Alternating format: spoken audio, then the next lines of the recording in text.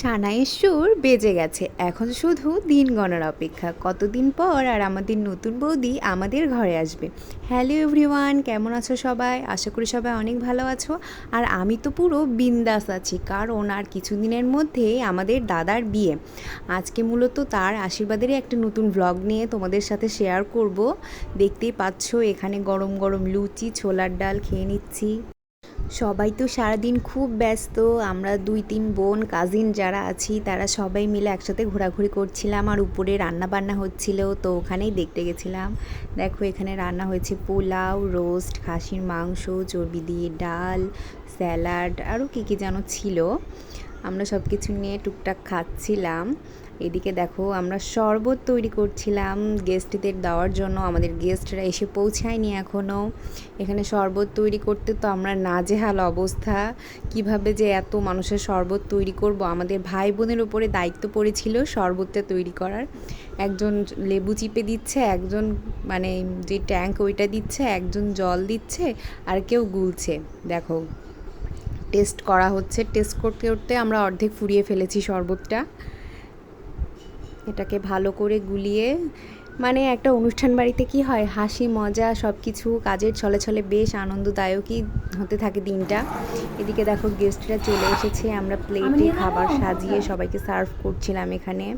আর এদিকে দাদা আশীর্বাদের জন্য বসে গেছে। এটাই হলো আমাদের সেই বরমশাই।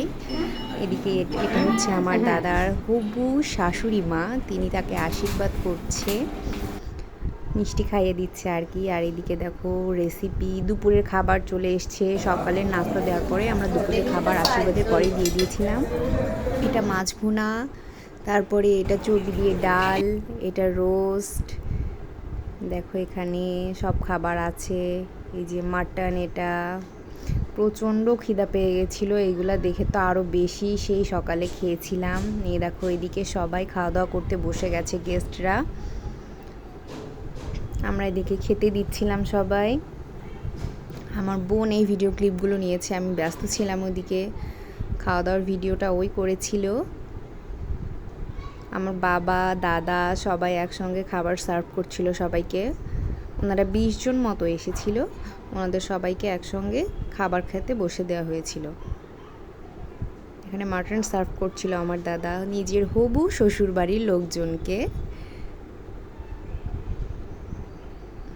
খাওয়া দাওয়া শেষ হয়ে গেলে এই যে আমরা বসে পড়েছি সবাই কাজিনরা, খেতে বসেছি। আমি প্রথমে নিয়েছিলাম ডাল আর রোস্ট। আমি বেগুনি নিইনি, কারণ ঠান্ডা হয়ে গেছিলো, প্রায় 5টা বেজে গেছিলো। তখনকার বেগুনি কি আর ভালো লাগে? আর পোলাও দিয়ে রোস্ট খাওয়ার পরে সাদা ভাত নিয়েছিলাম। সাদা ভাতের সঙ্গে খাসির মাংসটা নিয়েছিলাম। রান্নাগুলো কিন্তু অনেক মজা হয়েছিল। আর সাথে ছিল স্যালাড। আর বিয়ে বাড়িতে কী হয়, খাবার টাবার সার্ভ করার পর না নিজে আর খাওয়া যায় না। এই যে অনেকটা খাবার নষ্ট হয়েছে। নিয়েছিলাম একটা 7 আপ। আর বিকেলের দিকে গেস্টদের জন্য আবার চা তৈরি করা হয়েছিল। সেই চাগুলো আমার মাই বানাচ্ছিল আর সার্ভ করছিল। আর আমি বসে বসে ভিডিও ক্লিপ নিচ্ছিলাম। আমিও 1 কাপ নিয়ে নিলাম চা, একটু টেস্ট করে দেখি। যদিও বা আমি চিনি দেওয়া চা খাই না, চিনি বাদে চা খাই, তবুও ভাবলাম আজকের দিনে একটু খাই। আমার বোনের কাপ আর আমার কাপের ভিডিও নিচ্ছিলাম, একসাথে বসে একটু ঢং করছিলাম।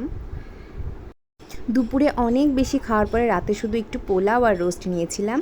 আর আজকের ভিডিও এখানেই শেষ করছি। দাদার বিয়ের নতুন নতুন ভিডিও দেখতে অবশ্যই আমার ভিডিওটাকে কমেন্ট, লাইক আর সাবস্ক্রাইব করে পাশে থাকবেন।